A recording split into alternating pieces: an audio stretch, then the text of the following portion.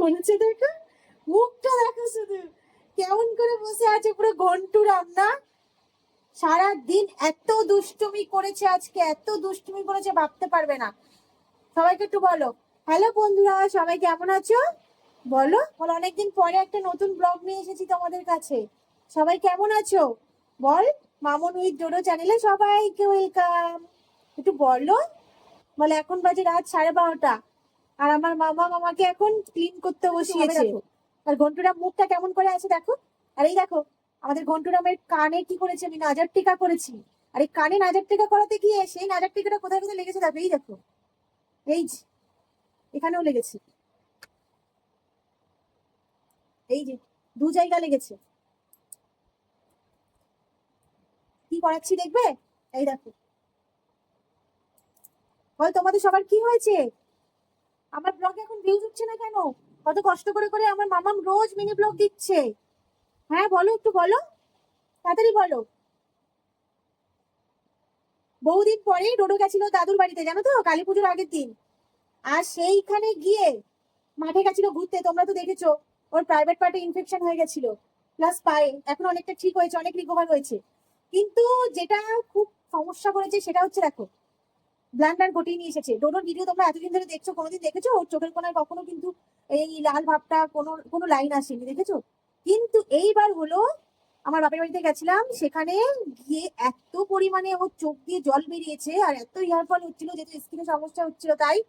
তো সেই জন্য যতই জল মুছে দিই না কেন, তারপরেও একটা লাইন হয়ে গেছে, একটা দাগ হয়ে গেছে দেখো ডোডোর চোখে।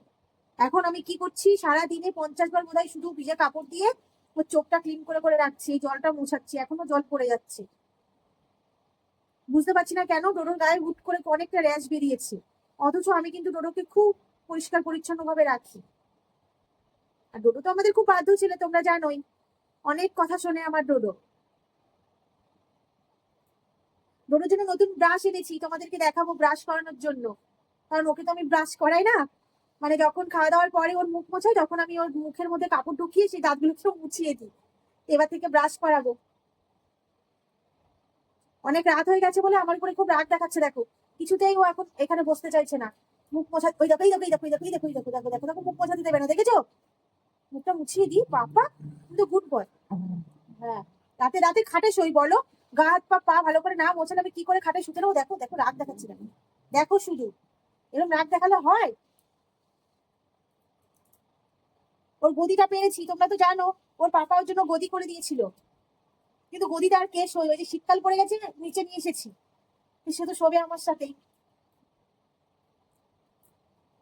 বাচ্চাটা হাতে খায় না তো, ওই সরি, বাচ্চাটা নিজে তো খায় না, সেই জন্য না ও চেহারাটা কেমন হয়ে যাচ্ছে। কোনো খাবার আর নিজে থেকে খেতে চায় না। আগে মুরগির পাগুলো নিজে নিজে খেতে, এখন তো মাঝে মাঝে আমাকে খাইয়ে দিতে হয় জানো। এখানে এই যে ডেটল নিয়েছি, এই ডেটল জলের সাথে মিশিয়ে হালকা করে ওর গাটা একটুখানি মুছিয়ে দেবো, আর তারপরে পায়ের তলাগুলো ভালো করে পরিষ্কার করে নারকেল তেল দিয়ে মালিশ করে দিই, তোমরা তো জানোই। দেখো ঘন্টুরাম বসে আছে, দেখো শুধু কত কিউট ভাবে, কিউট ভাবে বসে আছে না পাপা।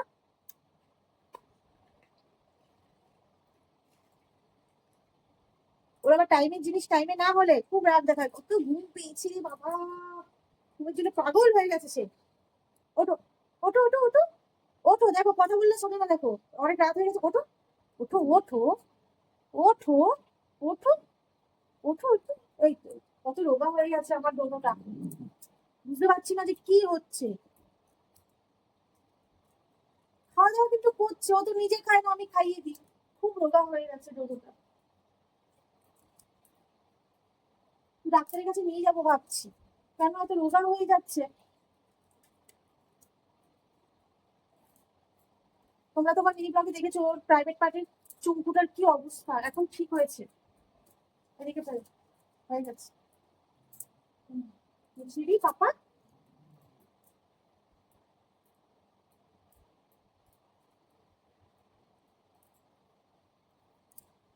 দাঁড়াও এদিকে এসো। তারপরে না হুট করে কি হয়েছে জানো তো, ও শুধু ওর পায়ের প্যাড গুলোকে কামড়াচ্ছে, কিন্তু কোনো র্যাশ বেরোয়নি, কিছুই হয়নি, তাও শুধু কামড়াচ্ছে। কি অবস্থা হয়েছে তারপর কোমরের আর লেজের এই চুলগুলো, কারণ ওখানে র্যাশ বেরিয়েছি। আর প্রত্যেকদিন আমি ওখানে ওষুধ দিই, স্প্রে করি না, সেই জন্য ওর এখানকার হেয়ার গুলো এরকম হয়ে গেছে। এটা এখন শুকনো কাপড় নিয়েছি, এই শুকনো কাপড়টা দিয়ে ওকে মোছাবো। খুব ঘুম পেয়েছে, হাই তুলছে দেখো। ও তো দিনের মধ্যে 2-3 বার পটি করে। ওর একটা ধরা বাঁধা আছে, সকালবেলা না করলেও দুপুরে করবে, রাতে করবে, 2বার পটি একদম ধরা বাঁধা। মাঝে মাঝে 3বার করে ফেলে, কিন্তু সারাদিন তো আমি ক্লিন করতে পারি না। তাই রাত্রিবেলায় যখন ও ঘুমাতে যায় তার আগে এই যে গা হাত পা মুছিয়ে দিয়ে আমি তখন এই মানে নারকোল তেল, এই শালিমারের নারকোল তেল আর হচ্ছে কার্টন দিয়ে ওর পটির জায়গাটা আমি একটু ক্লিন করে দিই। কারণ ও তো পটি করে না, ক্লিন না করলে ওখানে নোংরা হয়ে যাবে।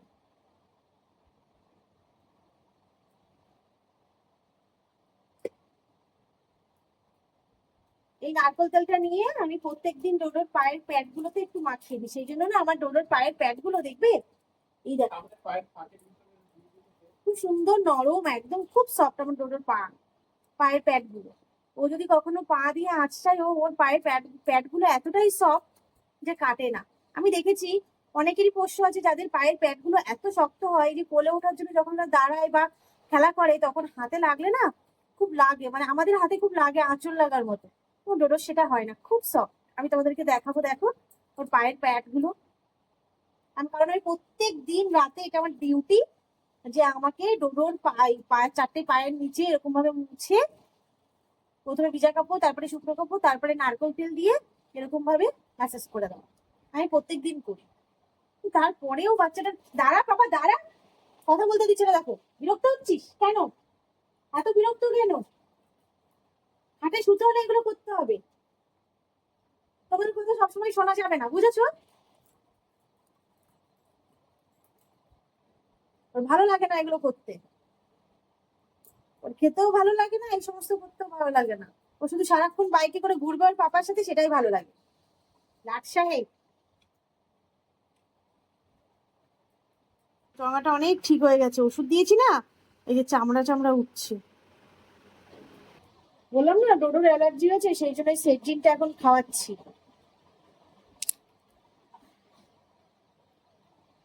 এটা 2.5 ml এর সিরিঞ্জ, এই 2.5 ml ওষুধ এখনো খাবে। এই দুধটা খেতে খুব ভালোবাসে কারণ এটা মিষ্টি, আর আমার ডোডো আবার মিষ্টি খেতে খুব ভালোবাসে। এই যে ওষুধটা খাইয়ে দিলাম, ডোডো এক্ষুনি ঘুমিয়ে পড়বে। তো আজকের ব্লগটা এখানেই শেষ করলাম। সবাই ভালো থেকো, গুড নাইট।